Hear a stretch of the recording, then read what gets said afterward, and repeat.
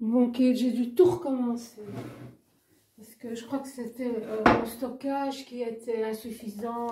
Et donc j'ai annulé la vidéo. Donc je t'en refais une. Mais je vais la faire beaucoup plus courte parce que j'ai peur que ça se reproduise. Donc je vais m'attaquer à l'endroit que je t'ai dit que, à mon sens, c'était le plus compliqué. À ta main droite, tu as deux personnes qui vont parler. Ce ne sont pas des accords que tu vas voir, c'est deux personnages. Et donc, c'est très important de garder. Si tu as deux blanches, c'est pas de problème. Mais si tu as une blanche en haut et une noire en bas, il faut que la blanche dure 2 fois plus longtemps que la noire. Donc, tu ne peux pas relever le doigt de la blanche. La même chose si c'est une ronde. Alors, cette blanche, elle va parfois du personnage du haut au personnage du bas. Donc, c'est vraiment une forte concentration qu'il faut avoir. Hein. Maintenant, la main gauche. En principe, les doigtés qu'on te met en dessous de chaque groupe de triolets est très bon. Ne joue pas encore la totalité, ça va rester lent trop longtemps. Joue encore tes extérieurs.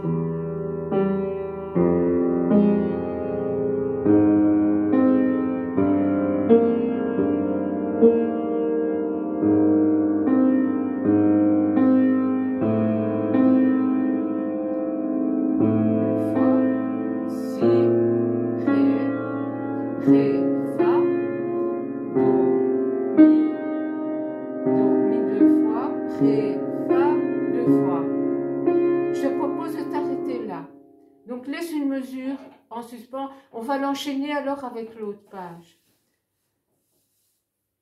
Quand ça c'est bien connu, que tu ne dois plus regarder ta partition ni la vidéo pour faire ta main gauche comme ça, tu ajoutes l'intérieur. Mais dans un premier temps, il te reste donc deux notes entre ça et ça. Il faut dire ça.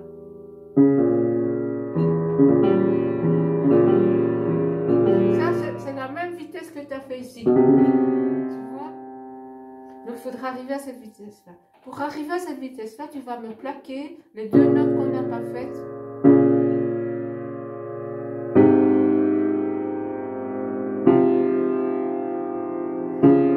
Et donc, c'est jamais le pouce que tu emploies pour ces deux notes-là. Jamais, jamais, jamais, jamais, jamais, jamais. Ton pouce, il reste toujours pour la dernière, pour la noire. Donc, quand tu feras l'intérieur, n'emploie pas ton pouce, sinon ça ne sert à rien que tu travailles comme ça. C'est soit 2-4, soit dans certains cas 2-5. Mais à part un endroit où moi je dois mettre... mais moi je ne vais même pas te le dire parce que moi je suis un peu handicapée du deuxième doigt, tu le sais. Donc toi tu as la main plus grande que moi, donc tu ne devras pas faire ça. Donc jamais le 1 ici. Quand ça c'est bien connu, les intérieurs, tac, tac, tac, tac, tac, tac. Là c'est le petit doigt, on ne peut pas mettre le pouce. Le petit doigt, et puis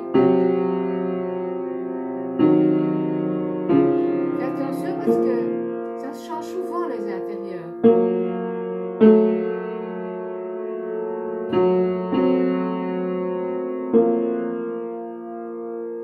Alors pourquoi c'est parfois le 5, alors partout ailleurs c'est 2-4?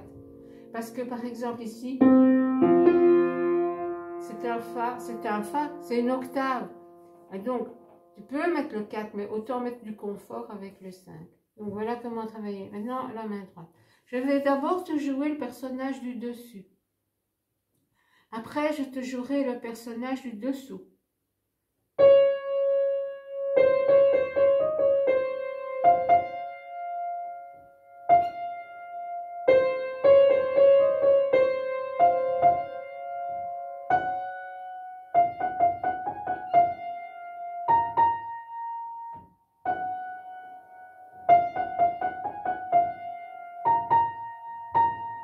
Ah oui, je dis qu'on ne faisait pas la dernière.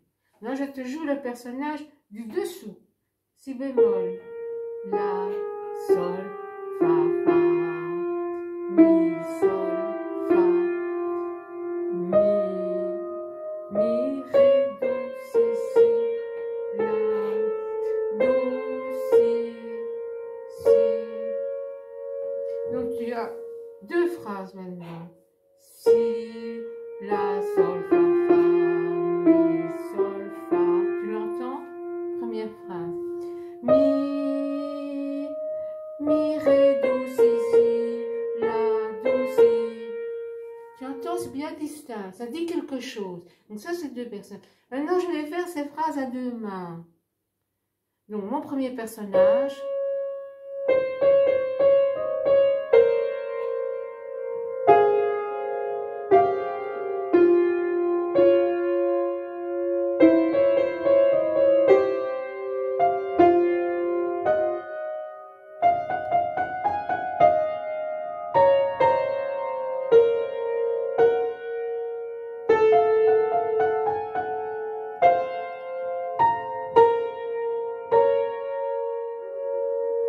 Là, je l'ai fait avec 2 mains. Toi, tu ne sauras pas le faire. Je l'ai fait exprès pour que tu entendes que c'est 2 personnes qui parlent. Là, c'est très distinct pour toi. Enfin, pour toi, pour toutes les oreilles de ceux qui écoutent ce passage-là. Si tu joues aux 2 mains, tu entends bien qu'il y a 2 personnes qui disent des phrases différentes et que ça coïncide par moments dans des accords. Une fois que tu t'es amusé là-dedans aux 2 mains, tu vas essayer alors de faire ta main droite toute seule.